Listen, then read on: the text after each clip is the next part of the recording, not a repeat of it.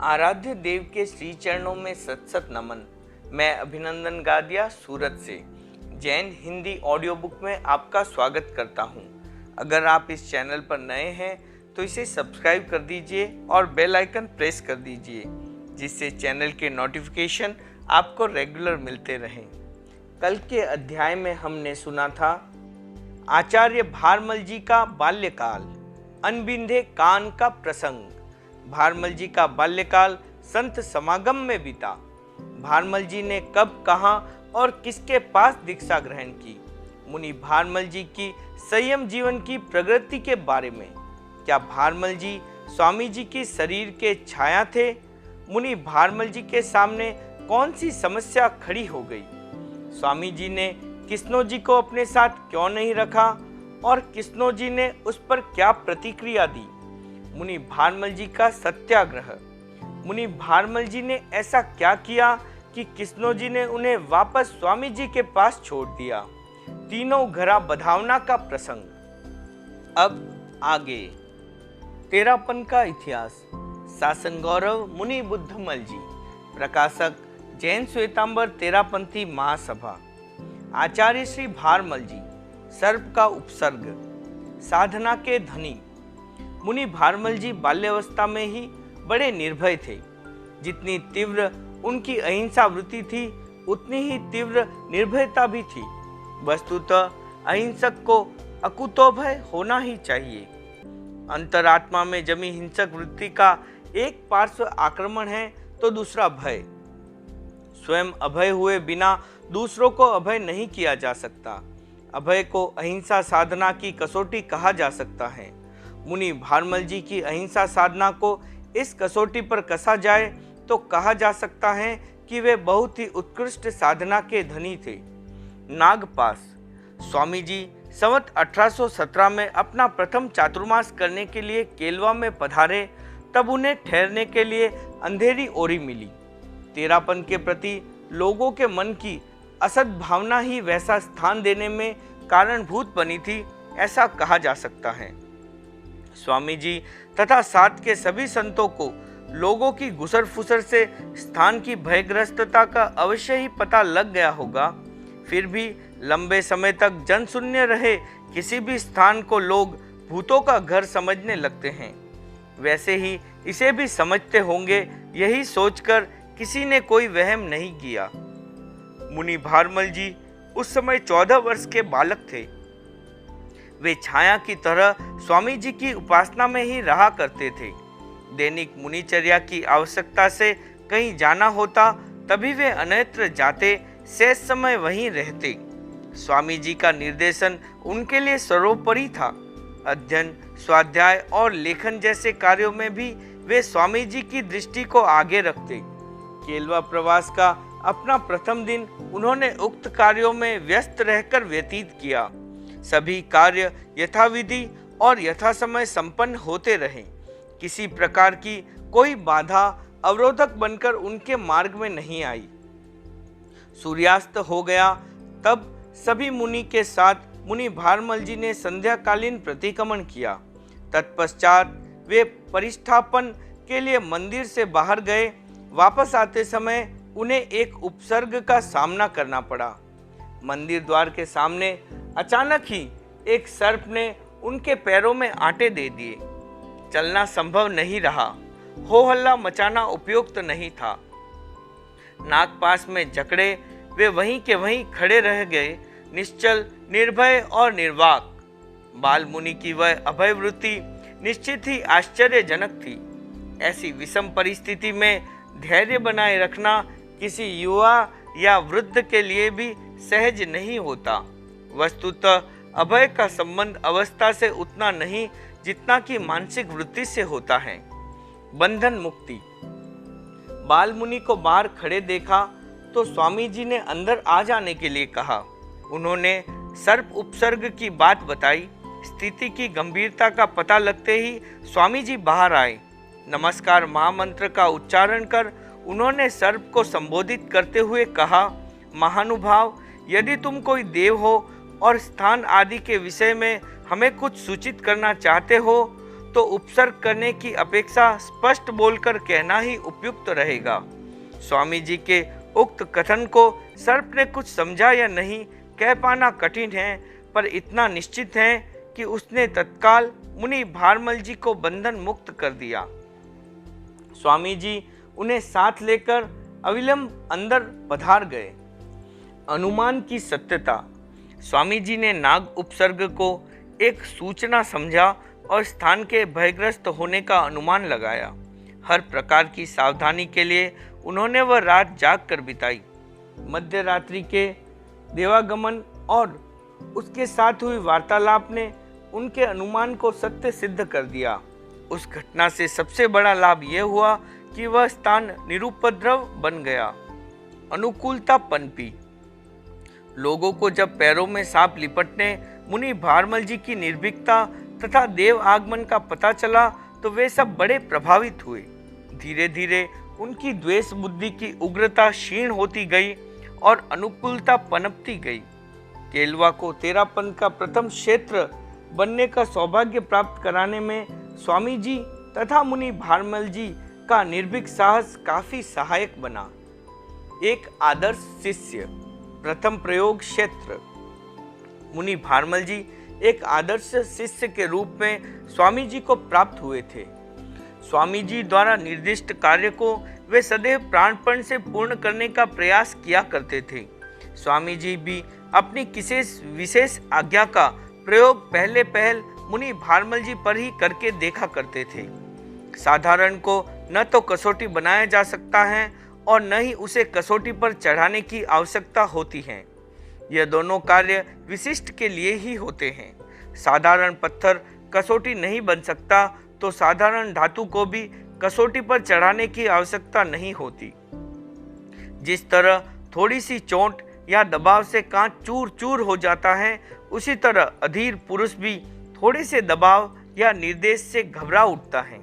ऐसे समय में तो हीरे की तरह घन की चोटों को भी सह जाने वाला धीर पुरुष चाहिए।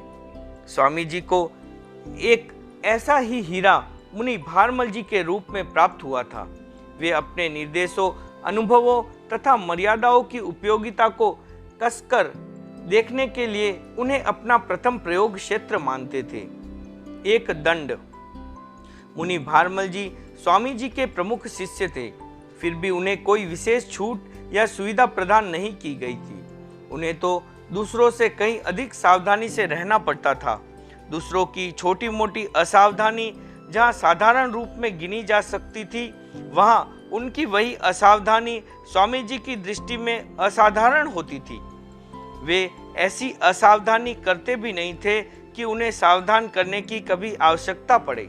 फिर भी स्वामी जी अपने प्रमुख शिष्य को आचार विशुद्धि में प्रमुख ही नहीं अनन्य भी देखना चाहते थे।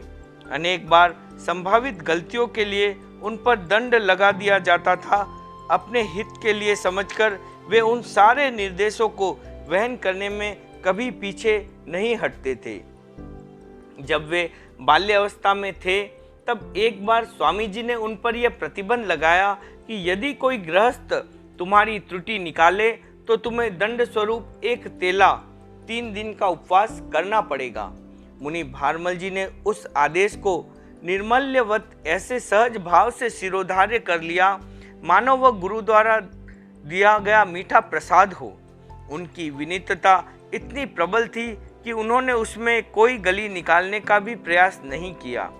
उक्त घटना मुनि भारमल जी की साधुचर्या में सावधानी को भी उजागर करती है कि उन्हें जीवन भर में दंड स्वरूप एक भी तेला नहीं करना पड़ा। एक त्याग। एक बार मुनि भारमल जी लेखनी करवाने के लिए स्वामी जी के पास आए।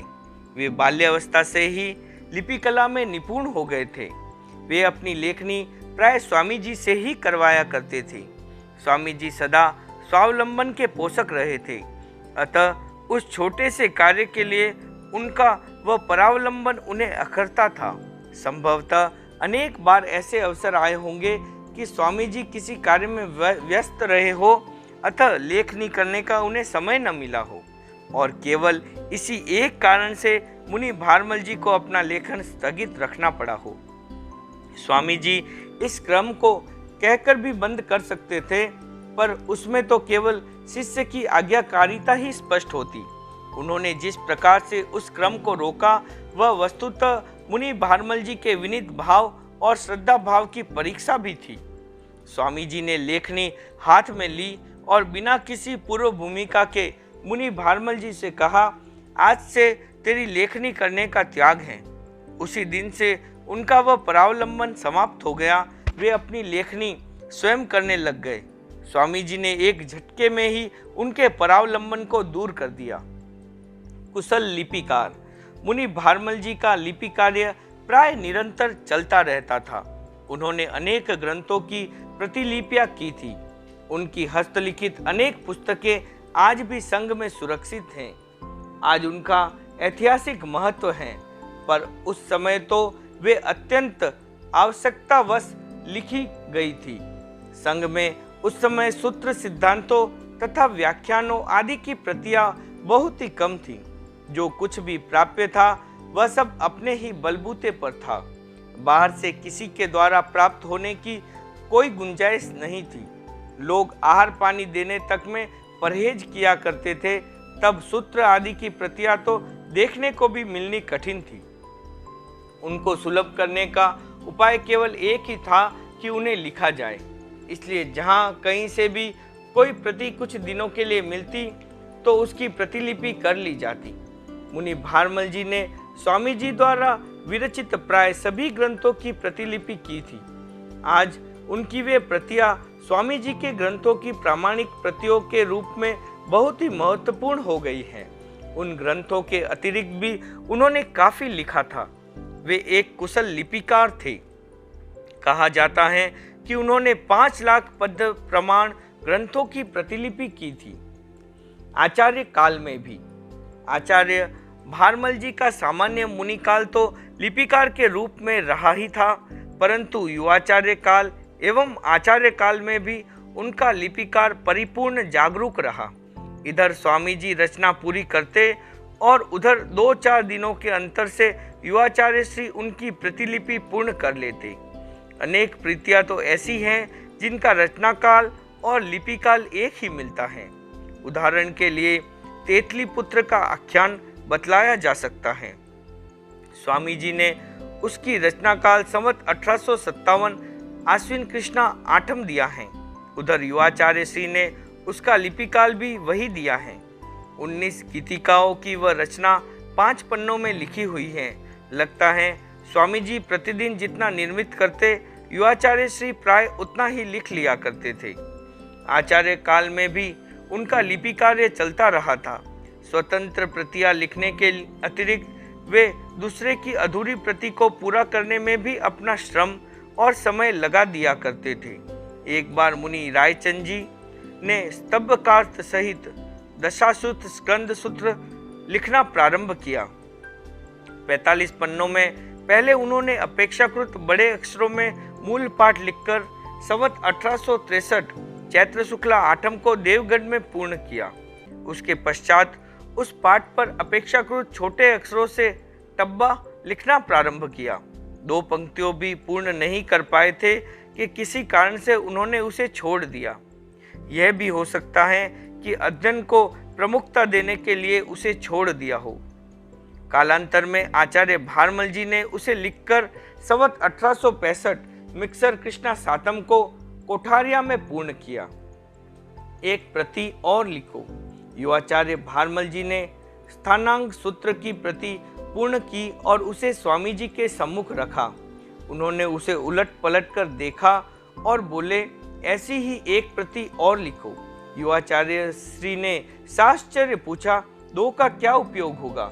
स्वामी जी ने मुस्कुराते हुए कहा, यदि तुम्हें पृथक विहार कराया जाए तो तुम्हारे काम आ जाएगी। युवाचार्य श्री ने कहा, गुरुदेव, यदि आपका आदेश होगा तो दूसरी ही क्यों, और भी अधिक प्रतियां लिख सकूंगा, परंतु पृथक विहार कराने वाली बात मन से निकाल दीजिए। स्वामी जी ने हंसते हुए फरमाया, ठीक है, तुम प्रति तो लिखो, अन्य किसी के काम आ जाएगी। युवाचार्य श्री ने तब तक दूसरी प्रति और लिखी। एक व्याख्यान अनेक बार। मुनि हेमराज जी को प्रारंभिक अवस्था के अपने संस्मरण सुनाते हुए एक बार आचार्य भारमल जी ने बताया कि अंजना तथा देवकी के व्याख्यान चातुर्मास में 3-3 बार बांचे गए। ग्रंथों की ऐसी आवश्यकता ने ही संघ के संतों को लिखने की ओर प्रेरित किया। नींद उड़ाने का उपाय। मुनि भारमल जी ने स्वामी जी की बहुत सी कृतियों को कंठस्थ कर रखा था। बाल्यावस्था में उन्होंने 10वें कालिक, उत्तरायधन आदि अनेक आगम भी कंठस्थ किए थे। स्वाध्याय भी बहुत किया करते थे। जब उत्तराध्ययन कंठस्थ किया तब बालक अवस्था होने के कारण उसे चितारते समय कभी कभी नींद आने लगती थी। एक बार स्वामी जी ने उन्हें खड़े होकर चितारने की प्रेरणा दी। मुनि भारमल जी ने उस बात को तो सिरोधार्य किया, पर एक आशंका कचोटने लगी कि कहीं खड़े खड़े भी नींद आने लगी और गिर पड़ा तो क्या होगा। उन्होंने यह बात भी स्वामी जी से ही पूछी। स्वामी जी ने कहा, भीत को पूंझकर कोने में खड़ा हो जाया कर, ताकि सहारा आ जाने से अधिक थकान भी न आने पाए और गिरने की आशंका भी न रहे। उन्होंने वैसा ही करना प्रारंभ कर दिया। उन्होंने अनेक बार सारे के सारे उत्तराध्ययन का स्वाध्याय यों खड़े रहकर किया था। चेचकग्रस्त। बाल्यकाल से लेकर स्वामी जी की विद्यमानता तक मुनि भारमल जी को प्राय उनकी सेवा में रहने का सौभाग्य प्राप्त हुआ था। वे स्वामी जी के ऐसे भक्त में से थे जिनकी सेवावृत्ति को उन्होंने स्वयं सराहा।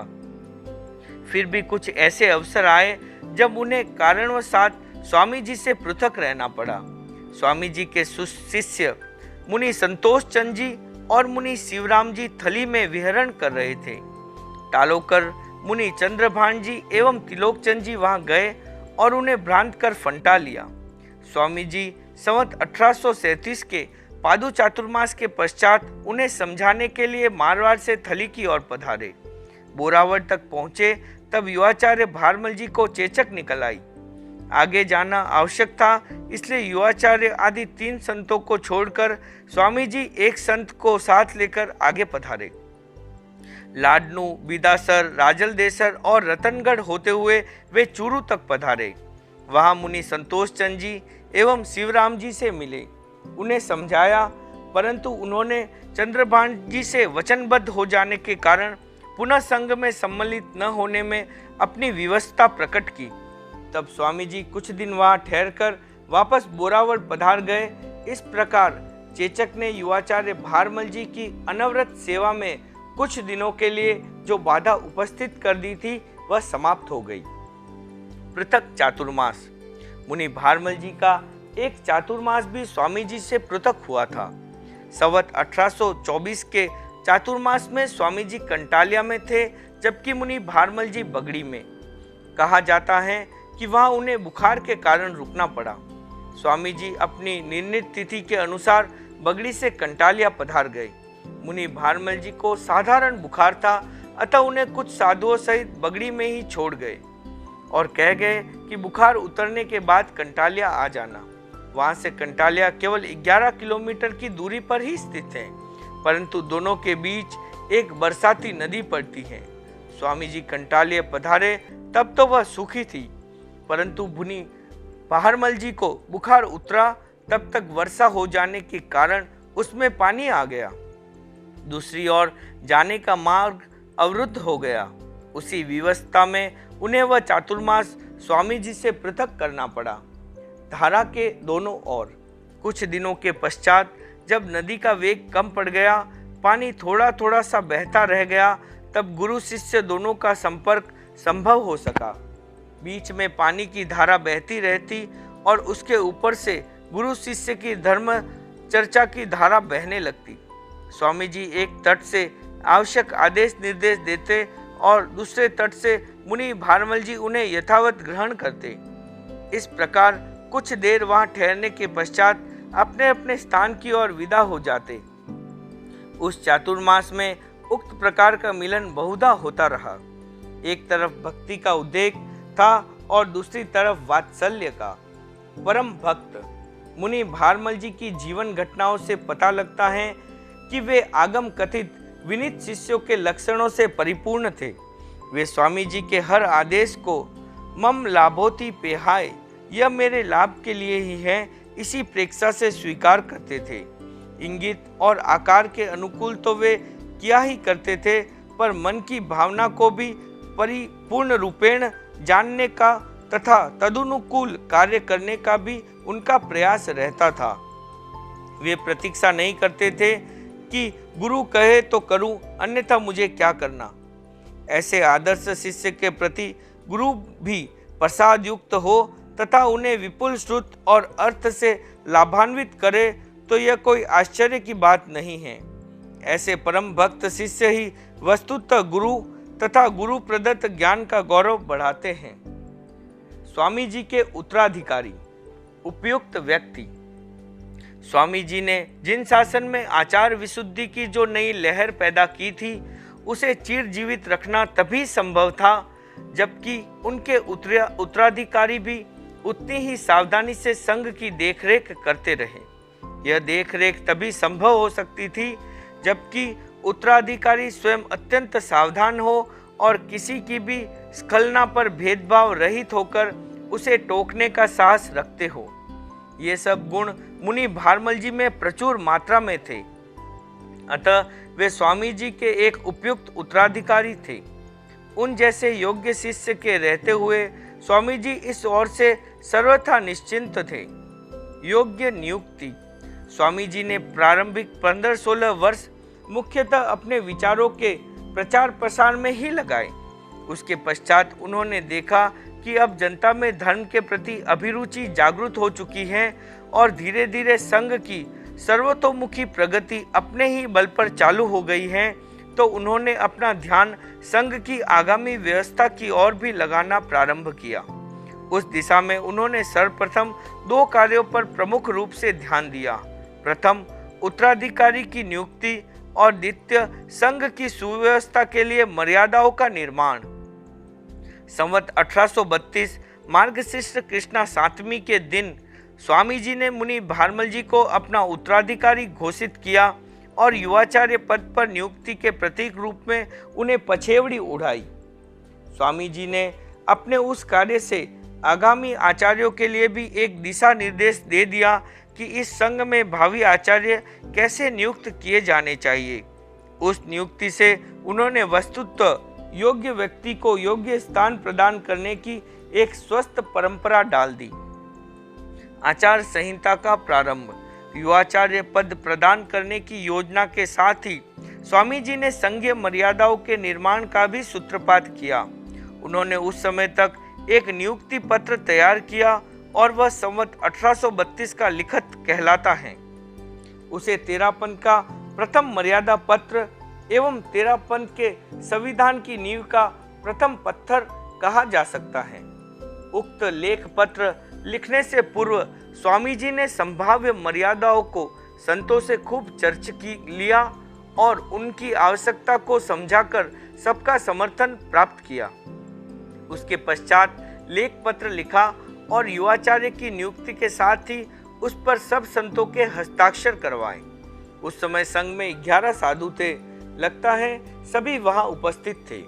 स्वामी जी उस मर्यादा पत्र के निर्माता थे तथा मुनि भारमल जी को युवाचार्य पद देने के लिए उसका निर्माण हुआ था, अतः उनके हस्ताक्षरों की उपयुक्तता नहीं थी। मुनि टोकर जी लिखना नहीं जानते थे, इसलिए उनके हस्ताक्षर भी नहीं हैं। शेष 8 संतों के हस्ताक्षर हैं। उक्त मर्यादा पत्र के लेखन तथा युवाचार्य पद प्रदान करने के स्थान का कहीं उल्लेख नहीं मिलता, परंतु उसी वर्ष मुनि वीरभान जी ने पृथक होकर स्वामी जी के विरुद्ध जो बातें कही, स्वामी जी ने उनको लिख लिया। वे कहते हैं, मैं बिठोरा में लिखत में मतो घालियो ते शर्मा शर्मी घालियो छे। इससे प्रमाणित होता है कि उक्त दोनों कार्य बिठोरा में संपन्न हुए। मर्यादा पत्र के द्वारा तेरापन धर्म संघ में जो व्यवस्था निर्णित हुई, उसके मुख्य बिंदु इस प्रकार हैं। तेरापंथ में एक ही आचार्य होगा, सब साधु साध्वियां आचार्य के ही शिष्य होंगे, कोई व्यक्तिगत शिष्य नहीं बनाएगा। आचार्य भी योग्य व्यक्ति को ही दीक्षित करेंगे। चातुर्मास तथा शेष काल के लिए प्रवास क्षेत्रों का निर्धारण आचार्य ही करेंगे। वर्तमान आचार्य ही भावी आचार्य का मनोनयन करेंगे आदि। इतने वर्षों तक संघ व्यवस्था के लिए स्वामी जी के मौखिक आदेश ही मर्यादा का काम करते थे। मर्यादा पत्र के निर्माण एवं स्वीकरण के साथ ही धर्म संघ की व्यवस्था ने एक सुनिर्णित आकार ले लिया।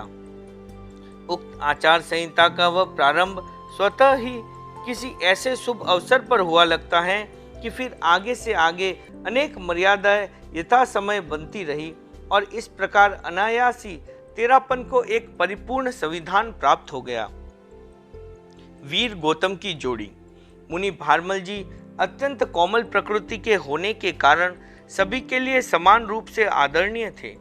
युवाचार्य पद प्राप्त कर लेने के पश्चात भी वे पूर्ववत स्वामी जी की सेवा में लगे रहते। जनता भगवान महावीर और गंडर गौतम की प्रतिकृति स्वामी जी और युवाचार्य भारमल जी के रूप में प्रत्यक्ष देखा करती थी। एक सफल उत्तराधिकारी के रूप में युवाचार्य भारमल जी ने संघ के अनेक कार्यों में स्वामी जी के गुरुतर भार में हाथ बटाया। लगभग 28 वर्षों तक स्वामी जी की देखरेख में उन्हें संघ के आंतरिक तथा बाह्य दोनों ही प्रकार के कार्य करने का सौभाग्य प्राप्त हुआ। उस अवधि में उन्होंने अपनी जागरूकता और सतत कार्यशीलता में अपनी उच्चतम योग्यता का परिचय दिया। इतना ही नहीं, उन्होंने अपनी प्रति सबकी मानसिक श्रद्धा को भी आकृष्ट किया।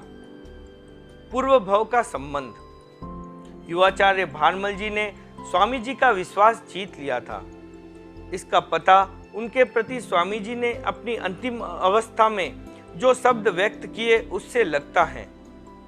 उन्होंने कहा था, भारमल जी से तो मेरा प्रगाढ़ संबंध रहा है, मानो वह पूर्व भव से ही चला आ रहा हो। उन्होंने यह भी फरमाया, भारमल जी, खेतसी जी और टोकर जी, इन तीनों ने मुझे संयम पालन में अच्छा सहयोग दिया। इनके कारण मेरे चित्त में सदा समाधि रही। स्वामी जी ने साधुओं की ओर उन्मुख होते हुए कहा, साधुओं, भारमल को मेरे समान ही मानकर इसकी आज्ञा का आराधन करना। मैंने इसे सर्वथा योग्य समझकर ही आचार्य पद का भार सौंपा है। इसका स्वभाव बड़ा विशुद्ध और सुंदर है। कल के अध्याय में हम सुनेंगे, आचार्य भारमल जी ने पदारोहण का उत्सव क्यों नहीं मनाया, भारमल जी का प्रभावी व्यक्तित्व और मधुर व्याख्यानी के बारे में। आचार्य भारमल जी ने ऐसा क्यों कहा कि वे मारवाड़ और मेवाड़ दोनों के हैं। आचार्य भारमल जी ने ठाकुर से क्या कहा। गुजरीबाई का प्रेरणादायक प्रसंग। आचार्य श्री भारमल जी बालिकाओं को तत्वज्ञान सिखाने पर अधिक बल क्यों देते थे। चालू व्याख्यान में आचार्य भारमल जी ने किसे कहा, क्यों गप्पे हाँक रहा है। आचार्य भारमल जी ने किन संतों को वंदन करने के लिए मना कर दिया और क्यों। संघ की श्रीवृद्धि का प्रसंग। स्थानकवासी मुनि ने भारमल जी को क्या प्रेरणा दी और उसका क्या परिणाम हुआ। किशनगढ़ में शास्त्रार्थ का रोचक प्रसंग। यति जिनचंद्र सूरी ने एक उदाहरण देकर मुनि खेतसी जी, हेमराज जी और रायचंद जी को क्या समझाया। आचार्य भारमल जी का जयपुर प्रवास। ओम अरहम।